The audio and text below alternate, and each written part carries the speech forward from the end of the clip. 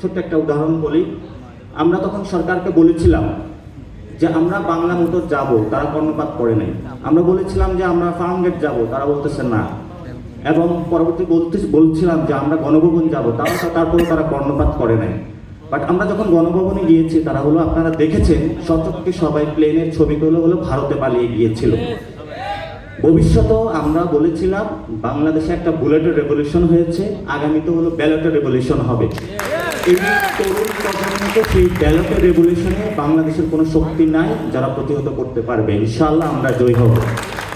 সেই ক্ষেত্রে এই তরুণ প্রজন্মকে আমরা চাঁদাবাজি, বিভিন্ন যে রাজনৈতিক কালচার রয়েছে সেগুলো থেকে মুক্ত করে আপস্কিল করার জন্য, ব্যবসায়িক কর্মকাণ্ডে অংশগ্রহণ করার জন্য আমরা একটা অ্যাসোসিয়েশন গঠন করি, ন্যাশনাল এসএমই অ্যাসোসিয়েশন, যেটার মাধ্যমে চাচ্ছি যে ক্ষুদ্র এবং মাঝারি যারা উদ্যোক্তা রয়েছে তাদের একটি বড় ধরনের পলিটিক্যাল সাপোর্টও দরকার হয়।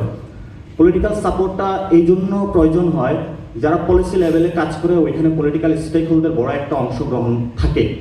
সেই ক্ষেত্রে যাতে ওইখানে এই অংশগ্রহণগুলো আমরা এনশিওর করতে পারি, যাতে মাঠ লেভেলে যারা কাজ করতে পারতেছে সেখানে তাদের কাছে আমরা যাব, যে কেউ কোন সমস্যাগুলো তারা ফেস করতেছে সেগুলো নিয়ে এসে সেটা পার্লামেন্ট হোক আর ভবিষ্যতের যে কোনো জায়গায় আমরা ওই তরুণ প্রজন্মকে ডিসিশন মেকিংয়ে আমরা নিয়ে যাব।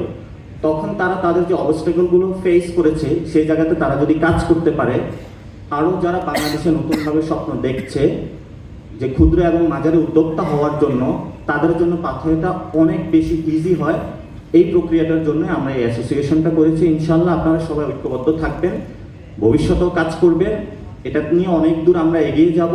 এবং বাংলাদেশে যে পলিটিক্যালি ফাইন্যান্সিয়াল মডেল কালচার রয়েছে, চাঁদাবাজি, মাস্তানি, মিছিল মিটিংয়ে যাওয়া, টাকা ইনকাম করা, এগুলো আমরা ইনশাআল্লাহ বাংলাদেশে বন্ধ করে দেবো ইনশাআল্লাহ।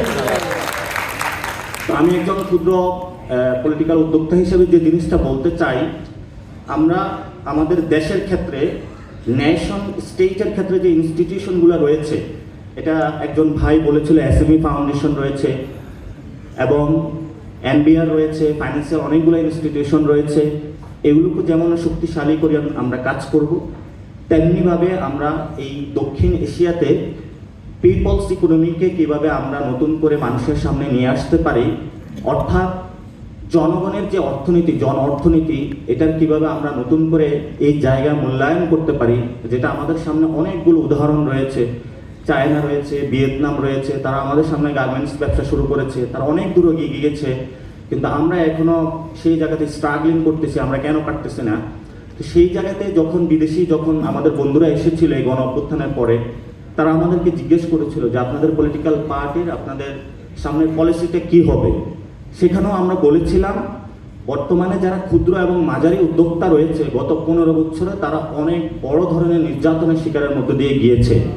শুধু দলের নির্দিষ্ট কর্মীদেরকে বিভিন্ন জায়গায় পুরস্কার দেওয়া হয়েছে, দলের নির্দিষ্ট কর্মীদেরকে বিভিন্ন ব্যাংক লোন দেওয়া হয়েছে, যাদের কোনো একটা কোম্পানির কোনো ফরম্যাট নাই, কোনো কিছু নাই, বিভিন্ন একটি ডাইনাস্টিক পলিটিক্সের সাথে ইনভলভমেন্ট ছিল, তাদেরকে সেখানে নিয়ে হলো আঙ্গুল ফলে কলা গাছ বানানো হয়েছে।